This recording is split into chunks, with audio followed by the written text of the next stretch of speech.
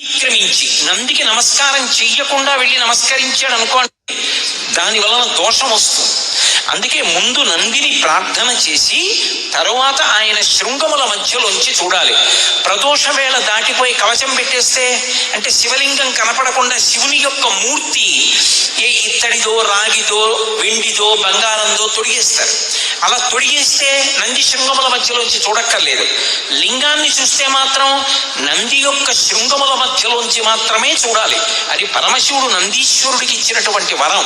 వెంకటేశ్వర స్వామి వారి దర్శనానికి ముందు ఆదివరాహస్వామి దర్శనం ఎలా చెయ్యాలో అలా నందీశ్వరుని యొక్క శృంగముల మధ్యలోంచి మాత్రమే శివలింగాన్ని దర్శనం చెయ్యాలి. నంది పట్ల అపచారం చేస్తే పరమశివుడికి ఆగ్రహం వస్తుంది. నంది పట్ల పరమ భక్తితో వినమ్రతతో ప్రవర్తించాలి. అతిక్రమించి నందికి నమస్కారం చెయ్యి